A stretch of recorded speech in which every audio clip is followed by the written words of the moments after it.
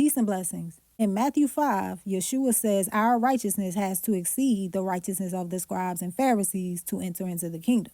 Now, many think the righteousness of the Pharisees and scribes results in being overzealous for the so-called letter of the law, or legalism. But this is false. In Mark 7, Yeshua tells us that the righteousness of the Pharisees is rejecting God's commandments to keep your own tradition. In fact, he quotes Isaiah 29 in his rebuke, which says, "Surely your turning of things upside down shall be esteemed as the potter's clay." So the scribes and Pharisees had turned things upside down by replacing God's precepts with their own. Yeshua says very plainly that not one jot or tittle shall pass from the law till all is fulfilled. And even after all is fulfilled, the only things that pass away are the sacrifices for sin. God's law is not going anywhere, ever. The teaching that follows proves this. Yeshua goes on to contrast what may appear to be a commandment from the law with his own new teaching. But is this really what is happening? He begins in verse 21 by saying, "Ye have heard that it was said by them of old time, Thou shalt not kill, and whosoever shall kill shall be in danger of the judgment." Now, if we go to Exodus 20, we see that verse 13 says, "Thou shalt not kill." But there is nothing about being in danger of the judgment. Yeshua goes on, "But I say unto you that whosoever is angry with his brother shall be in danger of the judgment. And whosoever shall say to his brother, Raka, shall be in danger of the council. But whosoever shall say, Thou fool, shall be in danger of hell fire." Now, if we go to Leviticus chapter 19, we see that hatred, vengeance, and holding grudges or anger is forbidden. These are the things that occur before murder, and they are what puts you in danger of the judgment. Once you go beyond them, you are at the judgment, because murder incurs the death sentence. Now, the new Pharisaical doctrine is be angry and sin not. Do not let the sun go down on your wrath, which is impossible since the anger itself is a sin. Therefore, this doctrine puts you in danger of the judgment. Next, Yeshua says, "Ye have heard that it was said by them of old time, Thou shalt not commit adultery." And if we go to Exodus 20:14, "Thou shalt not commit adultery." So nothing added here. Yeshua says, "But I say unto you, that whosoever looketh on a woman to lust after her hath committed adultery with her already in his heart." So back to Exodus 20, verse 17 says, "Thou shalt not covet thy neighbor's house, thou shalt not covet thy neighbor's wife." And it goes on to exclude coveting anything that belongs to your neighbor. So Yeshua is reminding the Pharisees here that covetousness, which precedes adultery, is also a sin, which means you need to deal with adultery even before it becomes covetousness. In fact, he goes so far as calling you to punish yourself, eye for lust of adultery, hand for temptation of theft, to preserve your soul, reminiscent of Job 31. And in dealing with covetousness, Yeshua has dealt with theft in general, because covetousness is the root of all of it. But the new Pharisaical doctrine teaches you it is okay not only to covet, but to go ahead and steal from God, because it renders pure that which God said is unclean, and that he told you you cannot have. So in following it, you become a thief.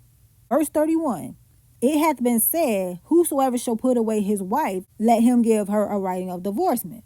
Now this is from Deuteronomy 24. But Deuteronomy 24 is not permitting divorce per se. It is case law for when divorce is necessary to be in good standing with God. And it is actually forbidding taking the woman back after she remarries.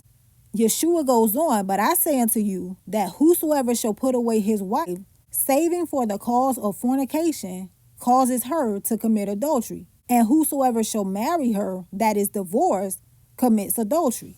So Leviticus 18 defines the word fornication for you by telling you what type of relationships are forbidden.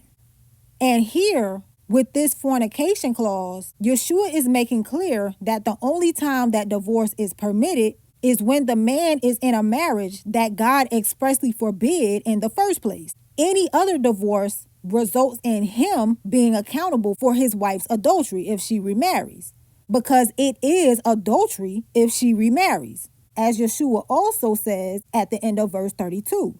And this is a big deal if you understand God's purpose for man and woman. The new Pharisaical doctrine, though, will have a man remain in one of these forbidden marriages, keeping him in fornication. And it releases a woman to remarry after the divorce by calling it peace, which is adultery. 33. Again, ye have heard that it hath been said by them of old time, Thou shalt not forswear thyself, but shalt perform unto Yahuwah thine oaths. Now in Leviticus 19, it says, And ye shall not swear by my name falsely, neither shalt thou profane the name of thy God. I am Yahuwah. And in Numbers 30, it says, If a man vow a vow unto Yahuwah or swear an oath to bind his soul with a bond, he shall not break his word. He shall do according to all that hath proceeded out of his mouth. These are the laws that are being referenced. But Yeshua says, Swear not at all, neither by heaven, for it is God's throne, nor by the earth, for it is his footstool, neither by Jerusalem, for it is the city of the great king. Neither shalt thou swear by thy head, because thou cannot make one hair white or black. But let your communication be yea, yea, nay, nay. For whatsoever is more than these comes from evil. So what Yeshua is saying is avoid letting your mouth get you in trouble altogether by not swearing at all. Just be honest and don't lie to people. Say what you mean and mean what you say. This is supported in Deuteronomy 23, Ecclesiastes 5, Isaiah 66, Psalm 47, Ezekiel 43, and Jeremiah 3. Yeshua also says that anything further comes from evil, suggesting malicious intent. So you should be on guard when a person swears because they just might be a thief, deceiver, or liar. The new Pharisaical doctrine doesn't swear by heaven, earth, or Jerusalem. It swears by God himself as a means of seeming more sincere and convincing others to believe what is being said, even when the evidence suggests that it is a lie. 38. Ye have heard that it hath been said, an eye for an eye, and a tooth for a tooth. Now, in Leviticus 19, you were already told not to take vengeance. So the eye for an eye law, which is in Deuteronomy 19, applies to cases for the judges to decide. 39. But I say unto you that ye resist not evil, but whosoever shall smite thee on thy right cheek, turn to him the other also. And if any man will sue thee at the law, and take away thy coat, let him have thy cloak also. And whosoever shall compel thee to go a mile, go with him twain. Give to him that asketh thee, and from him that will borrow of thee, turn not thou away. So we see these precepts in Isaiah 50, where Isaiah says that he gave his back to the smiters, and his cheeks to them that plucked off his hair, and hid not his face from shame and spitting. In Genesis 37 and 39, where Joseph's coat of many colors is taken by his brothers, and his cloak is grabbed onto by Potiphar's wife, and the wells that Isaac dug in Genesis 26, and Abraham being told that Lot was taken and saving everybody in Genesis 14, and in Daniel asking for all of the wise men of Babylon to be spared when he had the interpretation of the dream in Daniel chapter 2. The new Pharisaical doctrine goes the opposite direction and perverts the justice of an eye for an eye by wishing the Judaizers teaching circumcision would completely emasculate themselves. Verse 43 says, You have heard that it hath been said, Thou shalt love thy neighbor and hate thine enemy. But I say unto you, love your enemies, bless them that curse you, do good to them that hate you, and pray for them which despitefully use you and persecute you, that ye may be the children of your Father which is in heaven. For he maketh his sun to rise on the evil and on the good, and sendeth rain on the just and on the unjust. For if ye love them which love you, what reward have ye? Do not even the publicans the same? And if ye salute your brethren only, what do ye more than others? Do not even the publicans so? Be ye therefore perfect, even as your Father which is in heaven is perfect. So love your neighbor is again in Leviticus 19. And in Exodus 23, Verse 4 says that if you meet your enemy's ox or his ass going astray, you shall surely bring it back to him again. If you see the ass of him that hates you lying under his burden and would forbear to help him, you shall surely help him. So that doesn't sound like hating your enemies. In Psalm 109, David says, for his love, they are his enemies. Joab tells David he loves those that hate him based on his actions towards Saul and Absalom. But David's thoughts towards his enemies were not always for prosperity. And it would have gotten the best of him with Nabal if Abigail hadn't stopped him. So Yeshua redirects here and tells us to be like our Father in heaven.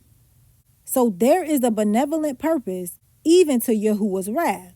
The first is to keep you from destruction. And just like the old parental discipline saying goes, it hurts him as much as it hurts you. But despite suffering much violence at Israel's hand in the wilderness, he still gave them the land. And despite being afflicted by their disobedience, even now, he has promised to restore it to them. And following Yah's lead, even some of your enemies make peace with you.